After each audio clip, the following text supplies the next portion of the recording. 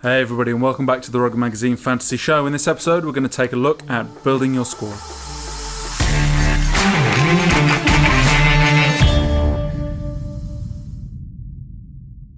So if you haven't already, jump across to therugbymagazine.com and hit the register button. Episode 2 takes you through the first couple of screens you see once you've done that, and this episode is going to pick up where that one left off. We're going to take a look at building your squad, and this is going to be a little bit more top level, so we're going to look at the how rather than necessarily the why at this stage.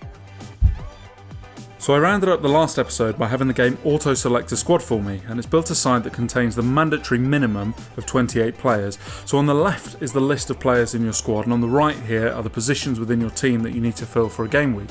So if I talk about your squad, I'm referring to the left-hand side here, the players you've selected to your wider pool. When I talk about your team, it's the right-hand side and the players you've selected from your squad to play at game time. Now, as you can see, there's plenty of information here on the left about my squad and how they compare to each other. There's also information here that's available in our pro features, and I'll cover off a little bit more about those in another episode. In fairness, this squad isn't half bad. There's a few players I'd probably change, but the first thing that jumps out is the injury to Brodie Retallick. So clicking on his name brings up his quick profile, and I can see that we're waiting for confirmation on the longevity of his injury, which in this case is a dislocated shoulder. So this pop-up profile gives you a glimpse at the key attributes for a player, their name, their age, who they play for, etc., as well as a top-level overview of their stats in the competition and their next fixture. Now I'm going to go ahead and release Retallick from my squad by clicking the release button at the bottom. At this stage of the season before the first game week, you're able to make as many changes to your squad as you like, but once you've earned points for the first time, you'll be limited to 5 releases from your squad each game week.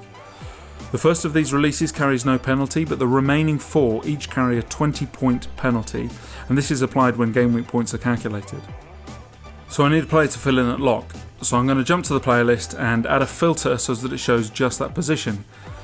Now this list is sorted by caps by default, and in our Premiership game by salary, so invariably those players with a greater reputation are going to show at the top of the list. Now, while it is true to some extent that the better a player, the better their fantasy score will be, there's always a treasure trove of players that perform week in, week out who don't necessarily get the plaudits they deserve. And one player who had another fantastic Super Rugby season who I definitely want to have in my squad is Guido Petti. Now, the 24-year-old Argentinian was the top scoring lock over the season and had a superb season in 2018 too, so I'm going to bring him into my squad by hitting the call up button and confirming. So I touched upon this in the first episode, but you can see from that process that removing players from and bringing them into your squad are 2 separate actions, and we call them releases and signings. Now only releases carry a penalty, and the first is always free. Also, the amount that you can make will change as fewer teams start playing later on in any competition, but you'll never be penalised for bringing players into your squad. Equally, you can sign as many players during any game week as you like too. There is a squad limit of 35 in our World Cup fantasy game, but there is no limit in our other games other than the club player limit or salary cap. So if you wanted to release 1 player from a squad of 28 and sign 8 players, you can, though you probably shouldn't. In terms of the makeup of your squad, there's no specific number of players you should have for each position, but a general rule of thumb is to aim to double each one up.